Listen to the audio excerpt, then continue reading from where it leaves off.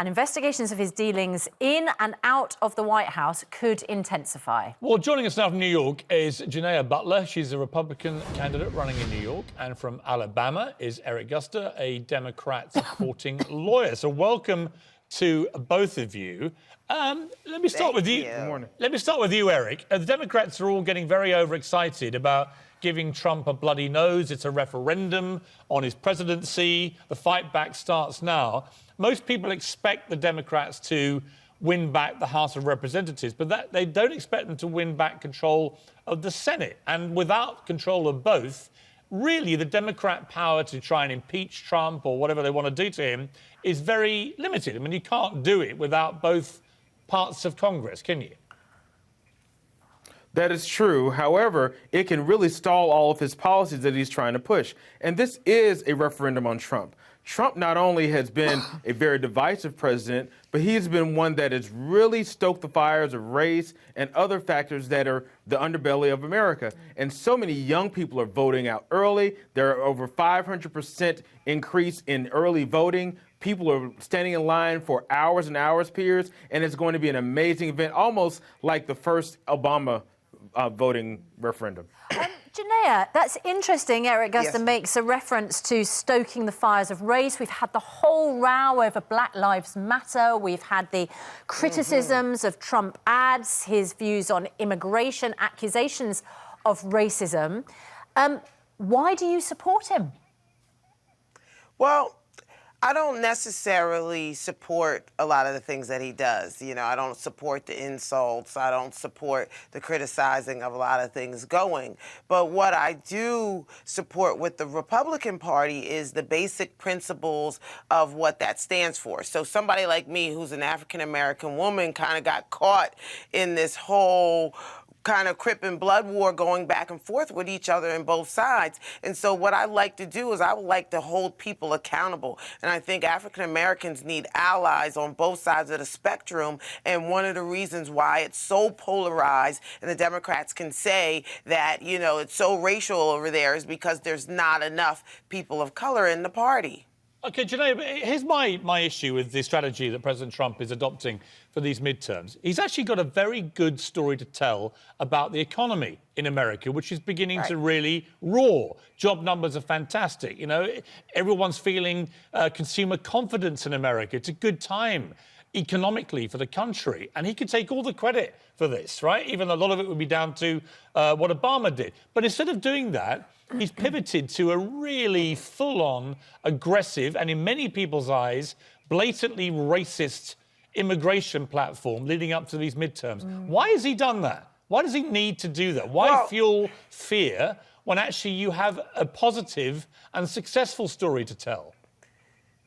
I have no idea, but what I know is that because of the war going on between both sides and the kind of civil war being created within it, you know, and somebody has to take a knee, if you will, and if I use that, you know, term lightly, but somebody has to change what we're looking at because we need to be focused on what the economy is doing. We need to be focused on what's happening to our communities and what we need to change in our communities and not so much him. And I think that's what we're losing in this election is we're so focused on Donald Trump and his character, and we know that he's a character, but we're so focused on it, we're forgetting about the American people, and we're also misleading them in other ways, and each side is kind of playing towards each other, and I think that it's horrible, and I just want to kind of focus ourselves back to the American people and the job that Congress and the Senate needs to be doing other than pointing fingers and trying to impeach him. Okay, we need to make sure the people are... Eric, let me bring Eric in here. Eric, whenever I interview any Democrats about Trump, they find it impossible to give him credit for anything, even being alive.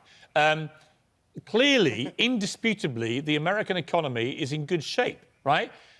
He promised to put it in good shape, and so far, he is succeeding. Do you accept, even though you can't stand the man, that in terms of the economy, America is in a good position right now? And Piers, you know I'm very level-headed when it comes to these things, and I will admit, yes, the economy is amazing, but we're talking about the man who doesn't talk about it himself. He said just a few days ago that the economy is something boring that he doesn't want to talk about. But what he wants to talk about is this caravan of migrants, people who are coming here to live the American dream, and they're the big brown bag boogeyman people. That's what he's talking about. He's talking about white nationalism. And from the stage last week, he said, yes, I'm a nationalist. And that is not just a dog whistle. That is a begging whistle for other racist groups to come and support him. And that is what has bastardized the GOP party. Okay. He has asked those people for their support, and he's giving it to the GOP's party, and they can't get away from it. Okay, I don't disagree with some of what you said there. What I would say to you, though, is this. Whatever happens in the midterms, it's very likely the Democrats will win, I would imagine, between 25 and 40 seats back. That will be enough to get back the House of Representatives, right? Which gives them half of Congress. They won't win back the Senate. I think that's pretty widely accepted. So we move forward with probably an even more polarised Washington than we have right now, with all the toxicity that comes with it.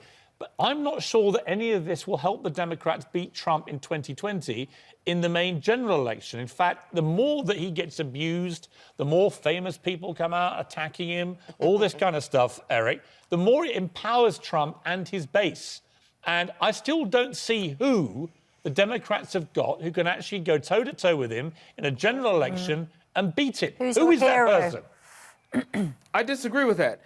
Keep in mind, before Barack Obama ran, we didn't think that he would even have a chance. So what you're seeing now is a really great wave of people who want to come up and challenge this referendum, a wave of people, both black, white, and other nationalities, who want to come and challenge what Trump has done to America. And not only has Trump really made America great, in that we are showing that we will come out, we will vote, and we will support someone who will be against this type of referendum, but he's making people much more active, people much more involved in the voting process, and we're seeing it across the board.